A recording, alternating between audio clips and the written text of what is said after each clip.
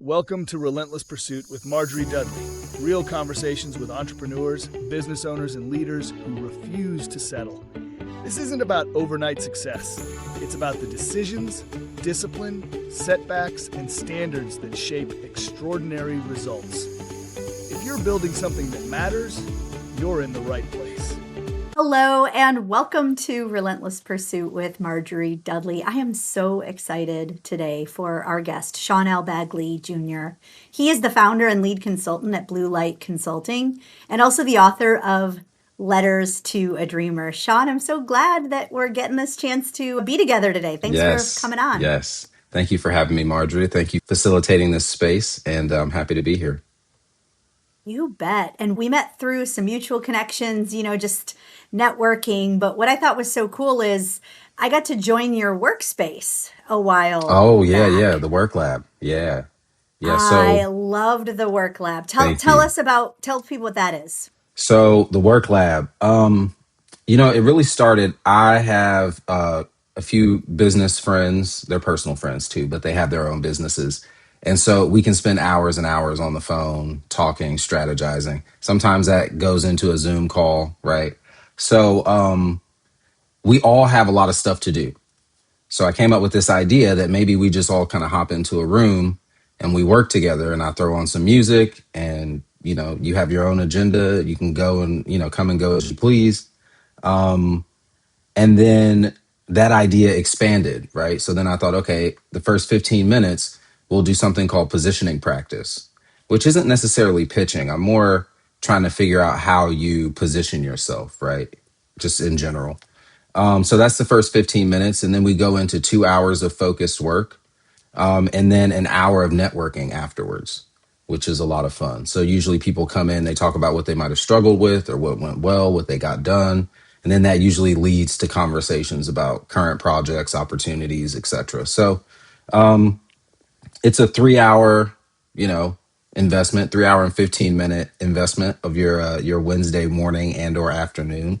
So much is done in that 3 Yeah, hours. So much is yeah, accomplished in that. yeah. It's great. It's great. And I put on my Japanese lo-fi is the music of choice. Although we've been playing around with some different stuff, so that's been interesting.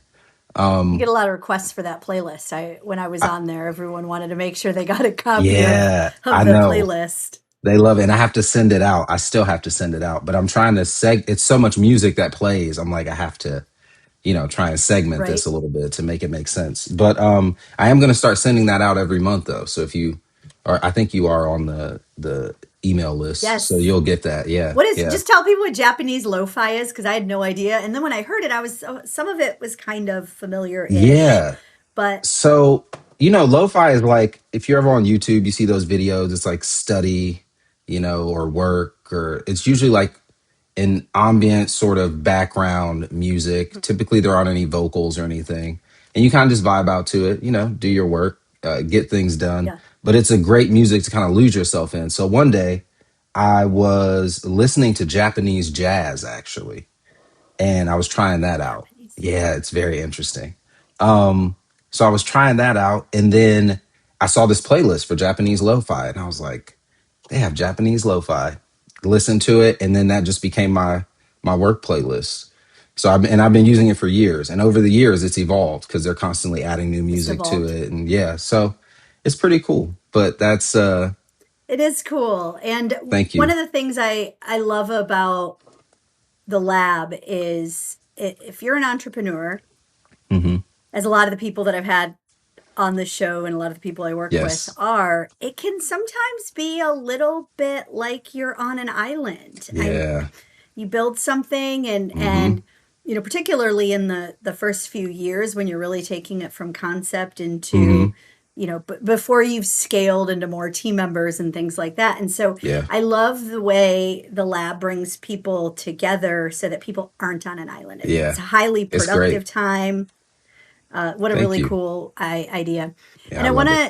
to transition a little bit and I want to hear about your book, Letters to a Dreamer. I Yes. want to hear, one, about just the content and the Hmm. inspiration, but two, what was your process? Because we often hear everybody has a book in them, but not They do. everybody takes a book and gets it all the way to completion and being Yeah, published. So let's start it's first hard. with the content and the inspiration, and then we'll talk a little bit about the process. Yeah, so the content. So it is a collection of 111 letters that I wrote to myself over the course of 8 years.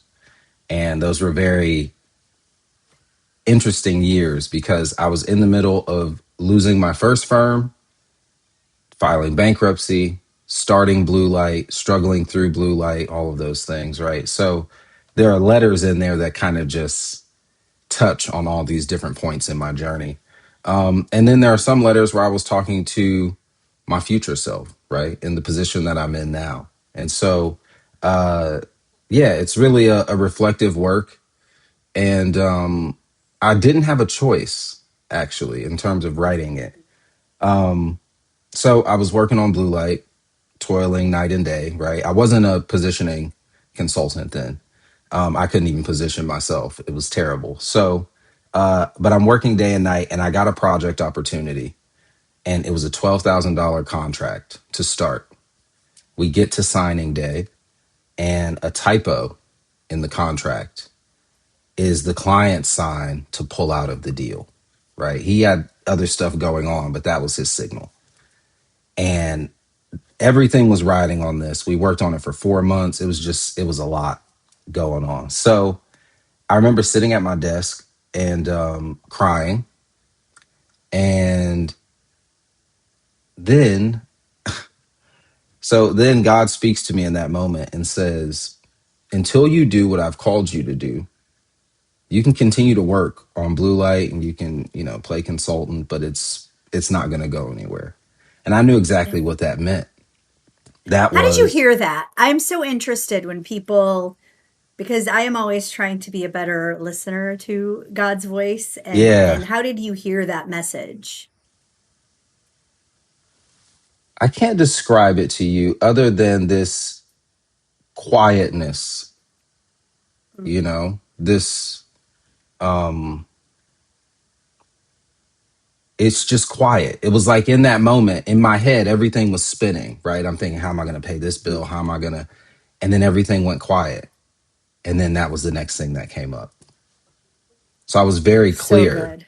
that it wasn't me, but it was like, oh, and I knew exactly. I had the collection of these letters. It's over 200, but I had the entire collection sitting in my notes for years. I would think of one, then I just put it in my notes and leave it there.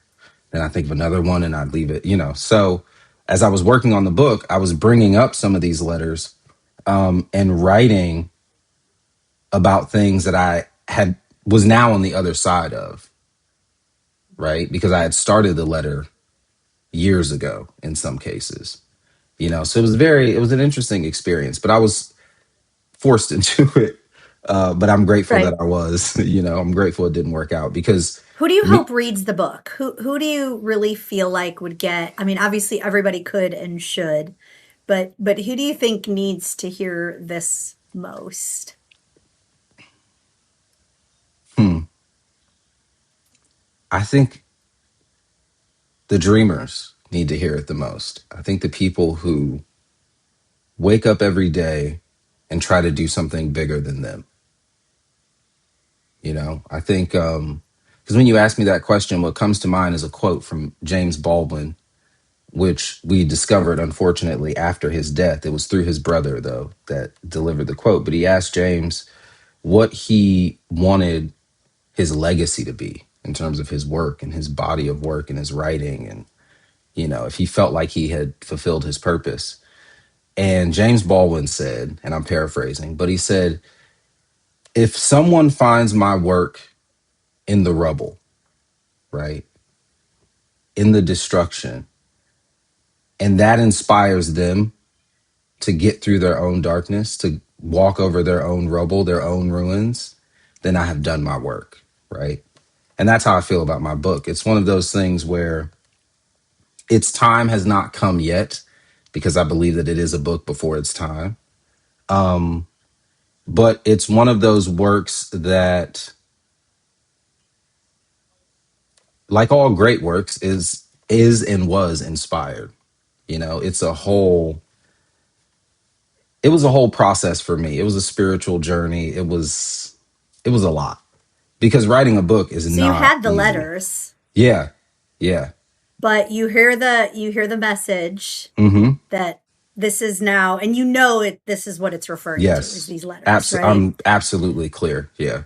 And about when is that? About what month, year, This age? is this is April or May of 2024. Okay, so 2 years ago, almost to the day. Hmm. What if it was? Yeah.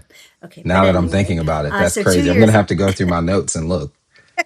Yeah, that's So you'll interesting. have to let me know about Yeah, it. I'll let you But know. so almost 2 years to the day, you Hmm. get told, listen, you need to do this. Yeah. And then what is your process to bring it truly to life? Um, so I had actually ghost written a book prior to writing my book. And in order to put Okay. myself in a zone, I had to bring all of my knowledge and experience as a project manager and project developer to the forefront in order to get that book done. And so I created this manuscript tracker, right? And it's like it helps me get everything out, but then I also get into a rhythm using it.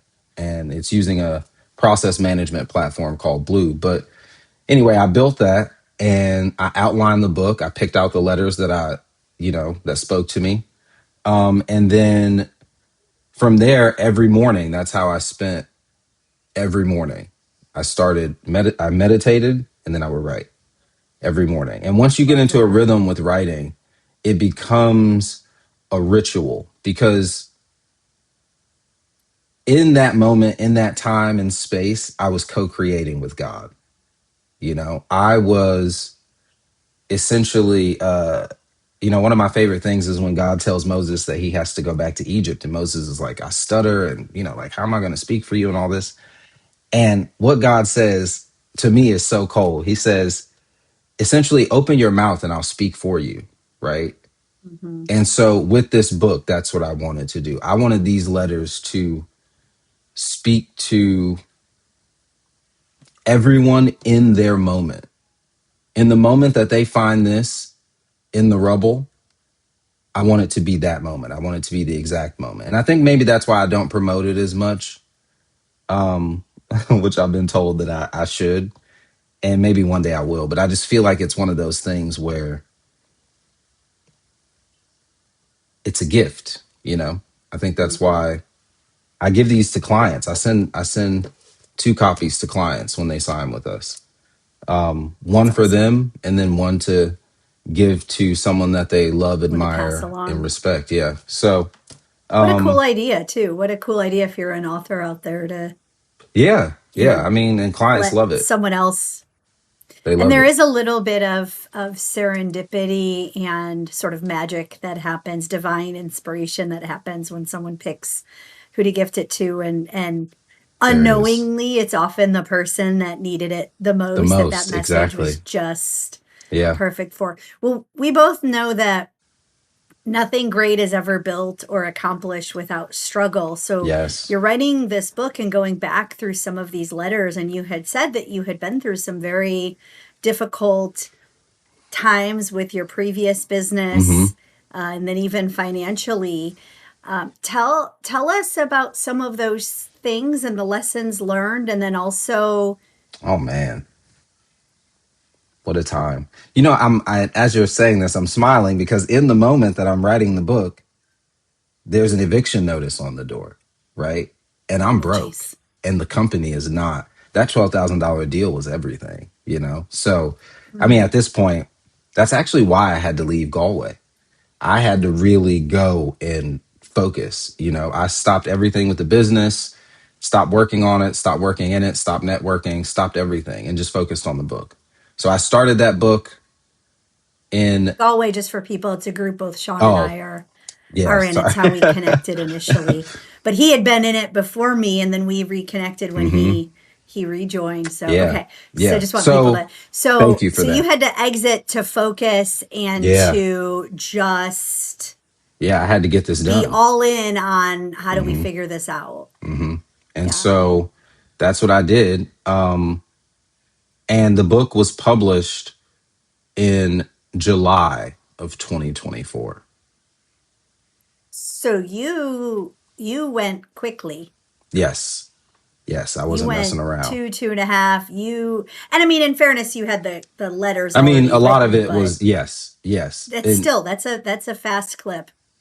well, it What would you? backfired because I Oh, had all okay. Tell it us. backfired terribly. The first edition, there are only 15 copies of the first edition of that book that exist in the world. I Okay. think most of them are owned by my family. There are a few people, like family, friends, and stuff that own copies too, but there are 15. And I stopped print. And I was like, oh, how did I not catch some of the typos, right? Because I just threw everything together and put it out into the world. But even that was a lesson. And so the book for a long time I felt was imperfect, right? Mhm. And so, but then I was on LinkedIn one day and saw someone using AI to write books.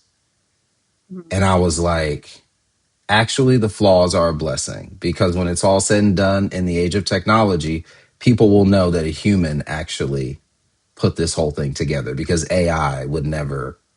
There are certain words that I Mhm. spelled a certain way just because, right? So anyway, I say all that to say that to the struggles that's what I was going through at that time, right? So talk about pressure, man. So but prior to that, I started my first firm at 22 and built it up to a six-figure firm and lost it all by the time I was 25. Yeah, my ego got in the way. And and then the Talk more about that because there we can sometimes look at someone else and maybe have jealousy or be mhm. thinking that grass just looks really green over Oh there. boy, they don't know the And price of the water. uh-huh. So tell us about what you learned both in scaling quickly, but also, kind of coming crashing down almost as quickly. You know, and I never thought about this until you just asked me that.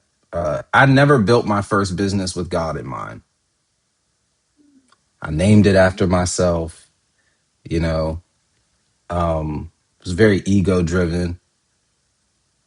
And I thought that I was the strategist that was pulling the strings, and that was, and so when the rug got pulled from under me, and life happened, it was the greatest lesson that I've ever learned. Very dark period, but I know for a fact that I would not be in the position that I'm in today had it not been for that experience. I needed that in order to be more resilient, in order to build my faith, right? And, you know, I don't subscribe to any religion. So when you hear me say God, you know, I understand that there's something greater than myself. And I often joke with my friends and family and say, if you want to get close to God, start a business, right? Because there's nothing out there in that ocean of opportunity except you, your faith, and your vision. But yeah, I went through a really dark period, dark 2-year period where I pretty much just gave up on everything, on Speak to myself. someone going through that same period right now. What would you say to someone who's maybe in that season today? I'll keep it PG-13 for your audience, although my mentor didn't say it to me that way. But my mentor Tom Deering once said to me that when I was in that dark place, he said, when you can't see the light at the end of the tunnel, right? Find the light within yourself and light the tunnel up. And so I would tell them to find something that inspires them. It could be giving to another person, it could be writing, it could be painting, it could be whatever, right? But I found that we have the ability to inspire even in our darkest moments, even when we don't feel inspired, you know? And to me, that's that inner light. That's that flame that can't go out. You know, that's the pilot light, if you will, right? So I would say Mm-hmm. look for that. And you know, you never know who's watching. You never know who's watching. I was talking to a cousin of mine that I grew up with recently, and we were laughing because he joined the debate team because of me, right? But he wasn't a debater, but they thought it was cool. They didn't tell me it was cool when we were kids. But he told me, he's like, you know, you've always been different, and we have all, you know, tried to mimic you, and you don't even understand how much. And so I say that to say you never know who you're inspiring, and you never know who's watching, you know. And I'll say this too. And this was a download that I got one time when I was having a pity party for myself a few years ago. And the I feel download moan. was, oh yeah. And the download was essentially, right? Um, it's like, oh, why me? Why am I going through this? What's happening? Right. And the download was so clear, but it was sometimes the things that we go through are not for us. Sometimes they're for someone else who would not have been strong enough to go through the same experience. The way that I got the download was you're going through something, right, that is going to be the pivotal, inspiring turning point in someone else's story. But if they had to go through this in order to get the same lesson, it would have killed them. Mm-hmm. And once I got it like that, it was like, okay, so maybe there is a greater purpose behind, you know, being in the pit, as I Absolutely. call it, right? So, In you the know, pit. yeah, in the pit. And that's why all of our stories have value, right? Because our Right. perspective is just our collective experiences, you know, throughout life. And that's how we form our opinions and our everything. And so there's You're value in hitting that. on something so profound though. And it's honestly exactly why I started this podcast and Ah, I why I love named that. it what I named it, which is because I was looking at all the people that inspired me, Mm, and there was such a diversity of background of mm-hmm. what about them inspired me. There was a diversity of, you know, how quickly or how long. There was no commonality other than the fact that I found the most inspiring people Mm-hmm. had actually gone through the pit. Yes. They had gone through and experienced some challenges, whether Mm-hmm. personal challenges, physical challenges, business challenges, Mm-hmm. financial challenges, marriage challenges, parenting challenges, Yes. challenges with their they have gone through some things and come out more resilient and more grateful and Yes, more humble absolutely. Oh, absolutely. inspired in spite of it. And I Mm-hmm. just thought, man, that's that's really cool. Like the challenges, the pit is a gift in that way if we allow it to be. If Yes. we fight it, if we Yes. resist it, if we resent it. I've Mm-hmm. spent a lot of years also resenting, Oh, and yeah. Don't get me if we started on resentment. Oh, yes, yeah. so I just love the, you know, sometimes the things we go through are not for No. us. Yeah. Yeah. That's really cool. So you had the $12,000 contract fell apart. You Mm-hmm. had the eviction notice on your door. Mm-hmm. You're being told you need to write this book, but I'm Yes. assuming you're also feeling some pressure to make some money. Well, you know, what's interesting about that is um, I won't go into a lot of detail, but essentially the book, the book is the book is for my children. The book is for my grandchildren. The book is my legacy, right? Mm, You know, if if I were a recording artist, the book would be my masters and my publishing, right? That's what the book is to me. So I also had this sense of responsibility. So yeah, I had the pressure, but I also we don't have time for me to go into the whole story here, but I will tell you that God made a way in every one of those instances. We did not get evicted. We did not lose our car. We didn't like a way was made. It was an incredible experience. Were you feeling that faithful at that time? Or Yes. Yes. were you Because feel yes, okay. yeah, because my grandmother would always say growing up, that God's word does not return unto him void, right? And so when Man, I grandmas got are good. that, yeah, aren't they? Especially the praying ones, let me tell you.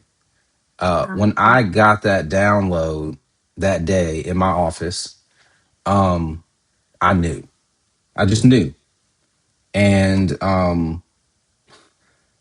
so no, my faith didn't waver. I think where we get messed up is sometimes a lack of patience feels like a wavering of faith, right? And it's not. It's just that you're Mhm. so focused on the timing that you lose sight of what the process is trying to teach you and prepare you for. And so I think the blessing for me at having success young and having a lot of money young, and well, to me, it was a lot of money. Six figures is a lot of money to some people, but to me, it was everything. And losing all of it it taught me what was important, Okay. and even if my children or my family don't want to run blue light when I'm gone, you know, I've left something in the rubble. Essentially, that's the that's the goal, you know. So I I love hope that that. answered your Well, and I question. love it. Yes, and I love grandma's sage words that Yeah, she's a it, powerhouse. it, there's a verse, Romans 11:29. God's gifts and his call are Mm, irrevocable. mm. And I will tell you, so I think what some of what you're describing, I experienced in a slightly different Okay. scenario. So our son York, who is now 9, so I will just let you know, Mm-hmm. it ends very good. But when I was pregnant with him, we were told he Mm-hmm. would pass away. And I was texting with a friend because we, of course, had told people I'm pregnant, Mm-hmm. and then I'm texting with her about, we're gonna lose him, and I text her one message that said, "I feel like I got to take back baby," Mm. and so it obviously gets me a little emotional, but Wow. she replies and crying emojis, and I'm Mm-hmm. so sick on the couch. I'm emotionally just beside myself, but physically, I'm my pregnancies are very difficult. And I'm flipping through channels. We did not have cable, so I get Wow. occasional other, other market Mm-hmm. staticky channels in, and I'm flipping through, and there is some preacher out of Eugene, Oregon, and the moment I flip, he says God's gifts and his call are irrevocable. Kind of the same message What? you're yes. So the moment I flip, and I'm flipping so fast that I'm already to the next channel by the time my brain registers that I hear it. And so I flip back and I finish listening to what he was saying, and he said basically then what your grandma said, that God's words do not return void. And all of a sudden I felt kind of what you described earlier. Mm-hmm. All I can describe it as a complete sense of peace. We were Mm-hmm. by no means out of the woods. There 100%. there was it was just like, okay, this will be okay, Mm-hmm. and from this point forward I will do what I can to walk by faith. Yes. Now I am I am a little bit controlling sometimes. So We that's can all have easier that said than tendency. done. Yeah. But it was, I guess I would say to anyone, whether business or personal Hmm. or anything like that, pray and listen, pray and listen. Yes. Yes. Um, Yes. And don't add and worry yes, to the ask for what equation. you want. Yes, yes. So that is, it's hard not to worry, but it is interesting. When you Another want to sage advice control, from it's Alanis hard not to Morissette. Yeah, worry. yes. The sage words from Alanis Morissette when she talks about the moment I let go of it was the moment that I touched down. And I'm like, Oh man. Listen. the prophetess Alanis. Listen. But anyway, It's so funny you say that because in writing the book, I really let go of blue light in a certain way, right? It was no longer about me trying to define it.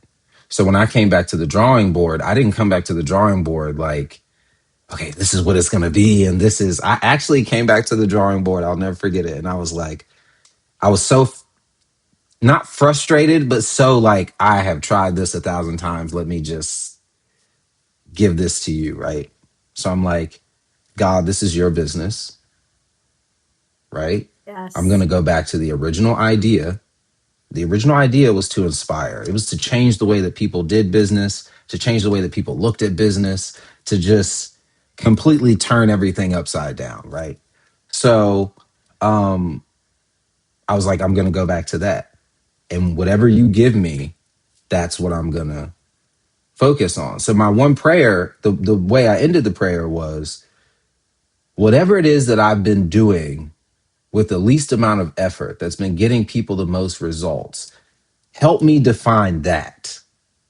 Help me turn that into something. And it didn't come for a little bit. I have this little notebook that I write all my ideas in, and it's full now. And so I was flipping through it, and all these old like services and ideas and different things I had started coming back to me. And so that got things flowing. So the next morning, woke up and it came to me. And it was like, here are the services. But it didn't just come to me all at once. It was like, here are the services, right? This is what you're going to keep. Everything else, get rid of it. Okay, fine. That was day one. Then a good friend of mine, you met her at the work lab, Anitra. So Anitra reaches out to me one morning and she goes, hey, I have an intro for you. I'm not sure, like, I think you two will just hit it off, but I'm not sure if there's an opportunity there. So I was like, okay, yeah, put me in touch with them and, let's do it. What was supposed to be a 1 hour just conversation. No, it was supposed to be 30 minutes actually. It turned into 10 hours. oh my gosh, like We just divine and all the connectivity and Yes. Yes. She was showing me her vision for her business and then talking me through certain things. And then I was doing what I do around positioning and all of that. Right. So she's writing things down. Oh, that's a great idea. That's brilliant. So at the end, and I didn't synergy. get it. I know I didn't get it until the end. She goes, you are a product developer. I was like, interesting. Okay, what's a product developer? So she tells me, she runs it down. She's like, this is how I would put you in my company that I'm working on building. So that turned into her giving me an opportunity, right? So I come in, I do my thing on the operations side and learn a lot. Just, man, taught me a lot in a short amount of time. And so one thing for me that's been difficult is choosing myself, right? And so More yeah, about that. it's deep. Um, I think that when you grow up in an environment where you are constantly responding to the environment and the people around you, and you're always trying to be, um, you know, pleasant. It's like being a people pleaser. that was my issue. And so a lot of times, everyone else's idea always felt like a better idea than mine. Everyone else's plan always seemed like a better plan than mine. And looking back at it now, I can see how God really put me on a path where it was just me and God. Like there's no one person on the path. Don't listen to that noise. No. Stay right here. And that's the thing. It's like Peter walking on the water. It's essentially, there's no one person in my story that can say he is where he is because of me, right? Everyone is like an experience or a stepping stone in a sense. And the moment that they start to think like that, it ends. Something ends it every single time. It never fails. So that I get into that position where now I have to choose myself. I have to choose BluLight because I'm working with this person and it is draining me. Like they just need too much of my time, too much of my energy. I have stuff that I'm working on with BluLight. By this point, I had gotten a couple projects, but I can't even focus on that. Like, so I'm flailing, losing my mind. So one morning I wake up and I'm stressed. I wake up in like this panic because it's a Monday, it's a meeting day. Like I got to prep and it was hell. So clear as day, I had that same feeling. It got really quiet.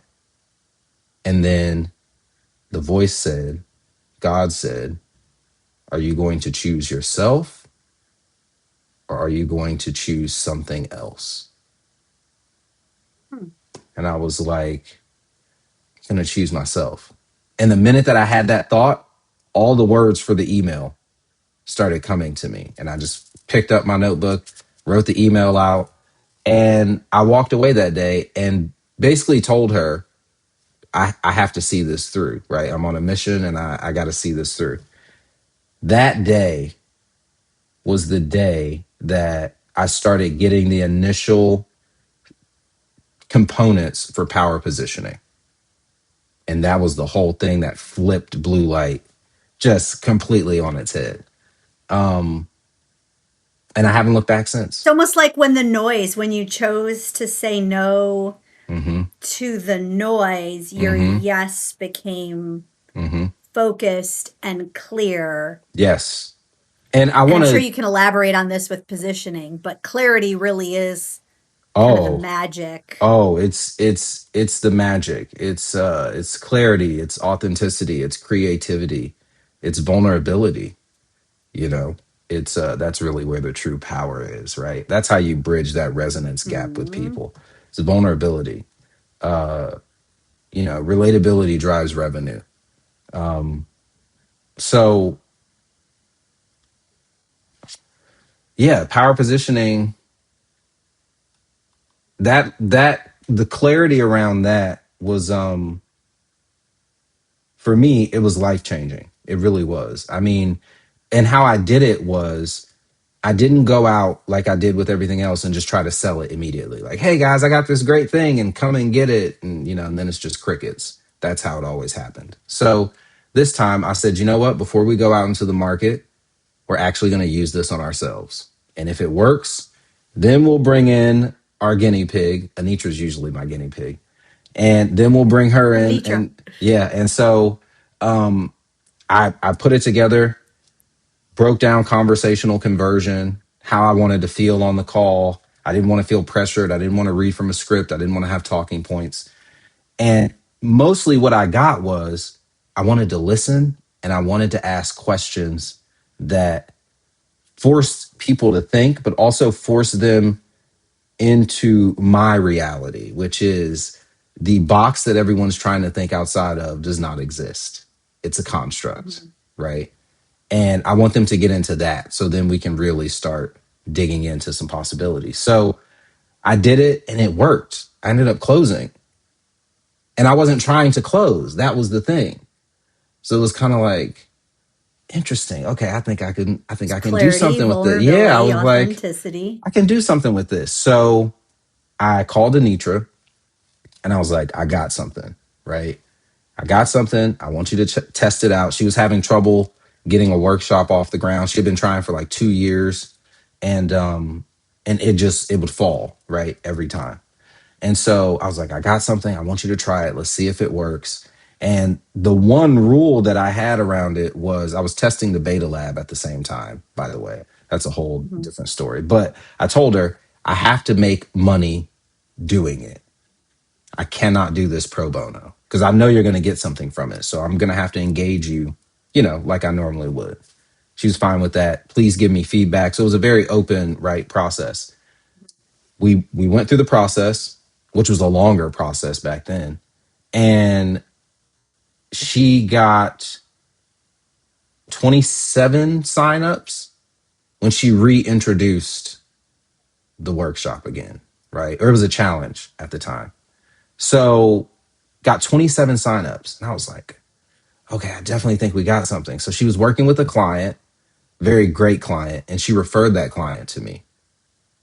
And then from there, I was off to the races. It's been like referral after referral after referral.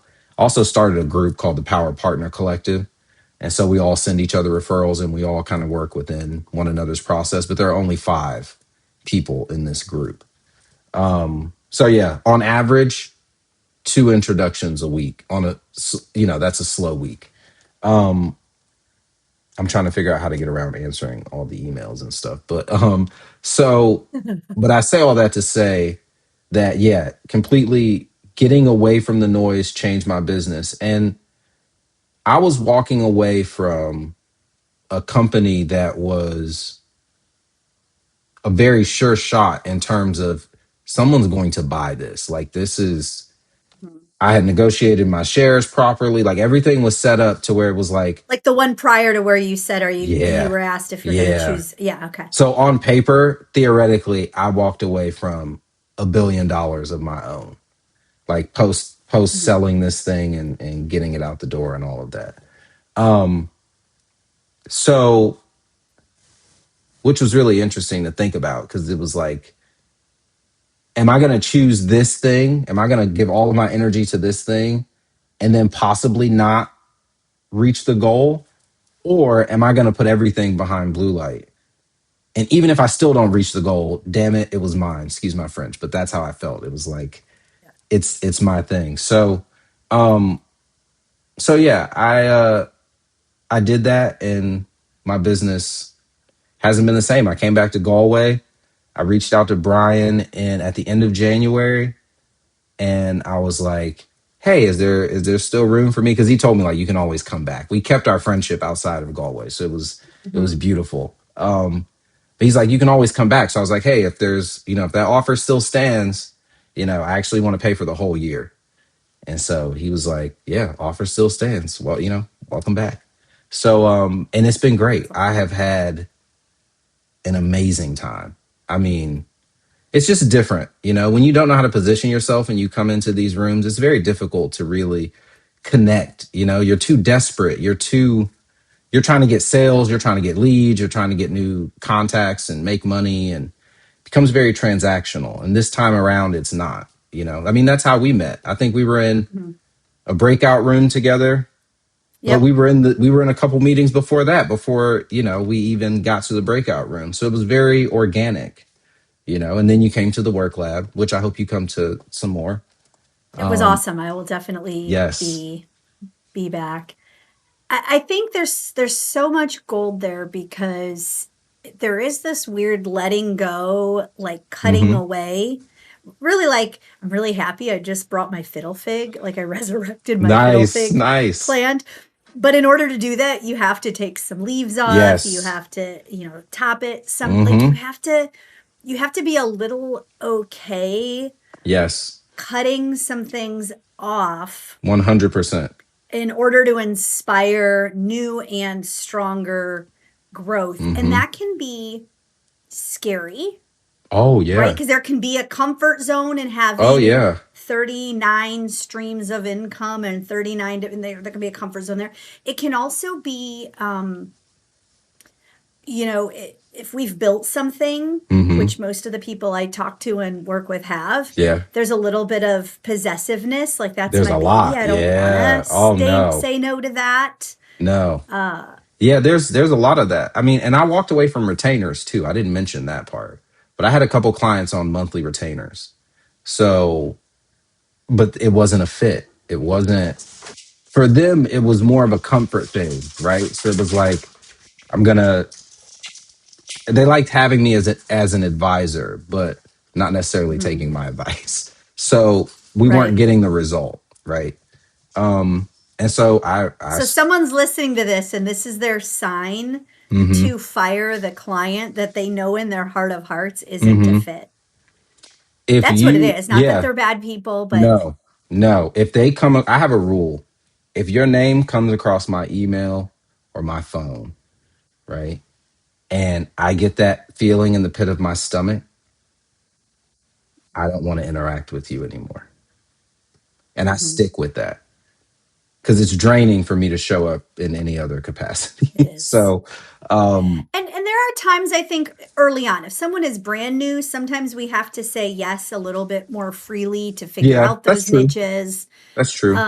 I wouldn't, there's still probably times to still say no regardless, but 100%. I think as you come into your own, as you learn who you are and what Mm-hmm.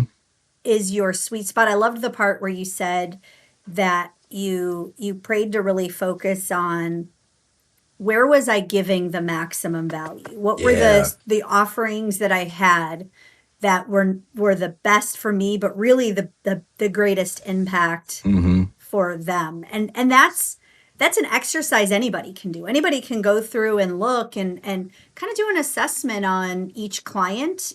Well, What's the impact been? it's I want to make a distinction actually, Marjorie, because that part of the prayer is key for a couple reasons. So I wanted to do something that had a maximum impact that didn't take any effort from me in terms of it was a gifting versus a skill set, right? Yes. So that was the first thing, because that ensured that co-creation level is maintained, right? It's not me. The other piece to that though is,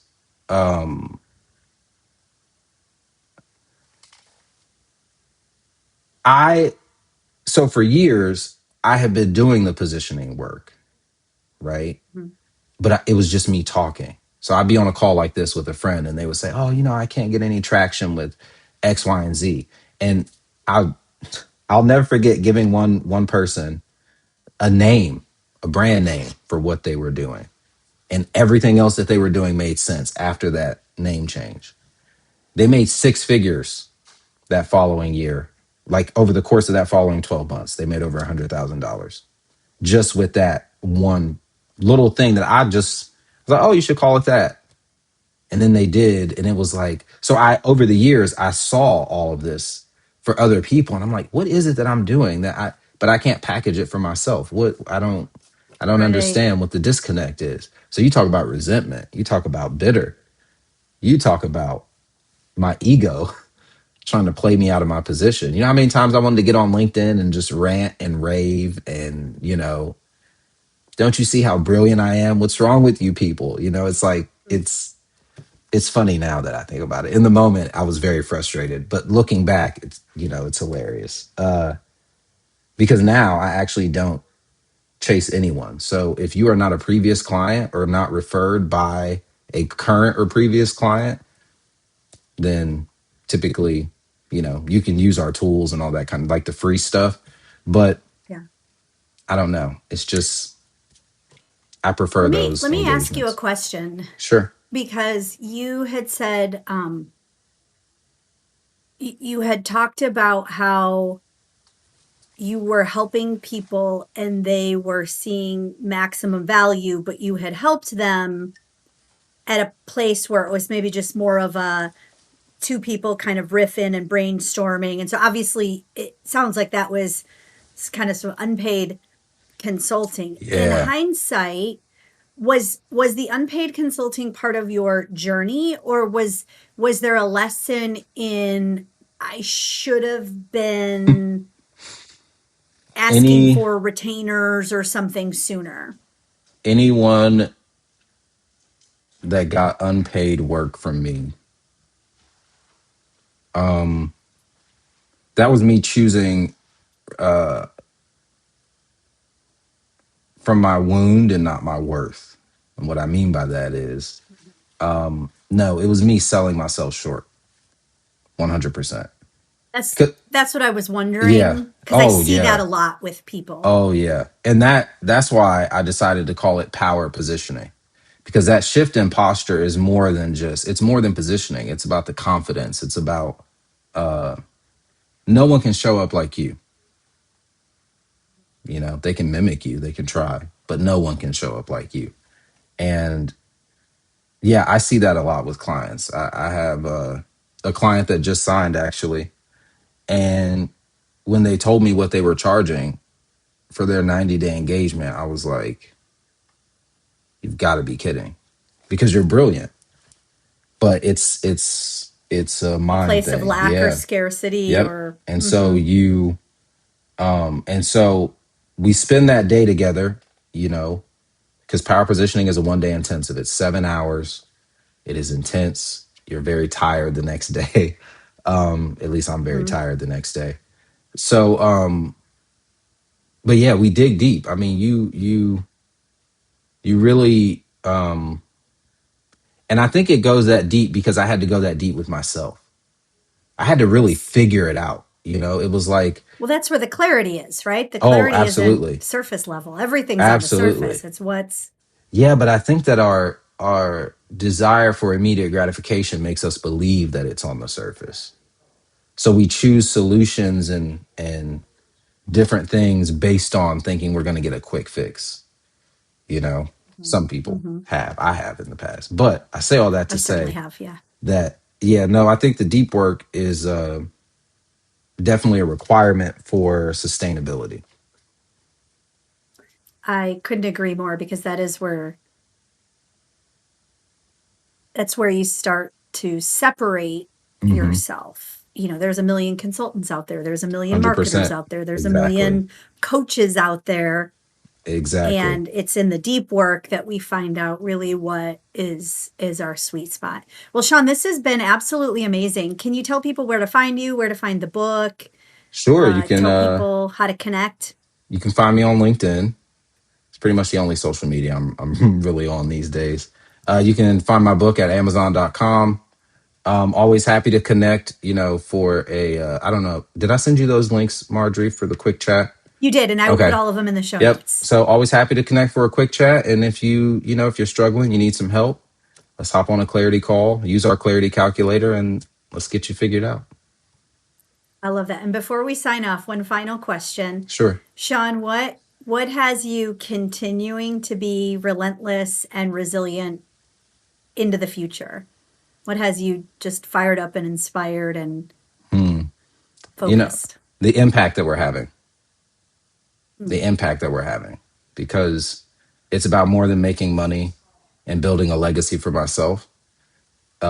Mhm. We are quite literally positioning others to also build the same legacy, and What a ripple. yeah, so I'm excited about that. I love that. Well, Shawn L. Bagley Jr., we will make sure that people have all sorts of ways to connect with you in the show notes. Yes, thank Thank you. you so much. This Thank was you. phenomenal. I enjoyed it very much, Marjorie. Thank you.